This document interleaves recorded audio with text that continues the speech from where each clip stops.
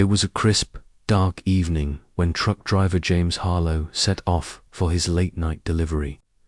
The hum of his rig's engine the only sound accompanying him on the empty highway. His route stretched through remote, desolate back roads that were infamous for strange occurrences. But James, a veteran of the road, shrugged it off. He'd seen it all: wild animals, flat tires, even a few eerie lights in the distance, but nothing that could really shake him. That night, however, was different.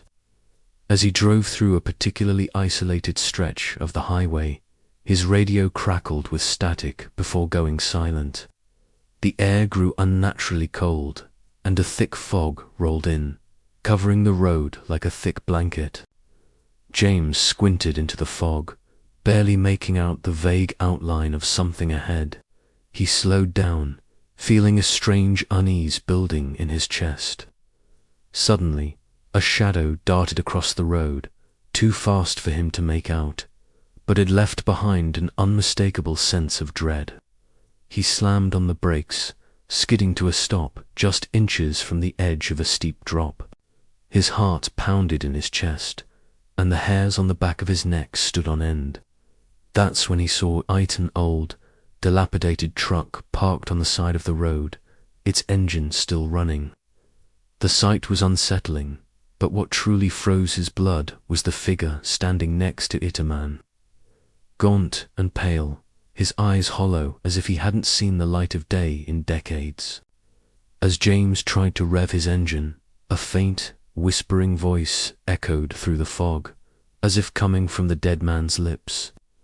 "You shouldn't have stopped," it murmured.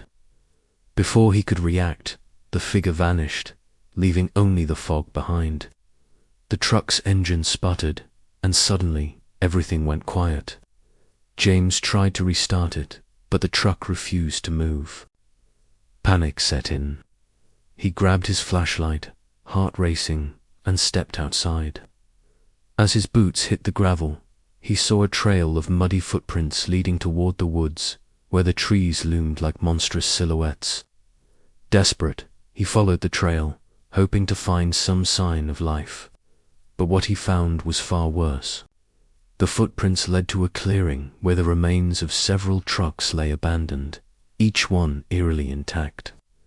As he examined the wreckage, the sound of a truck engine revving to life behind him sent a chill down his spine.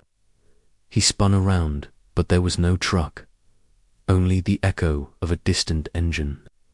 The voice returned, now louder and more insistent. "You shouldn't have stopped, James."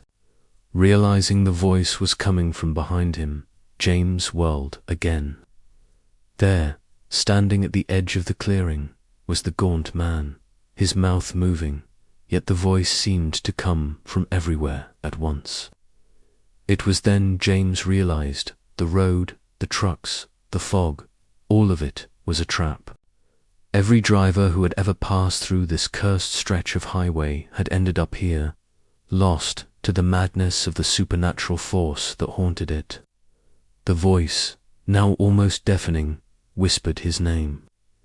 "James, you're one of us now." In a panic, James sprinted toward his truck, hoping to escape.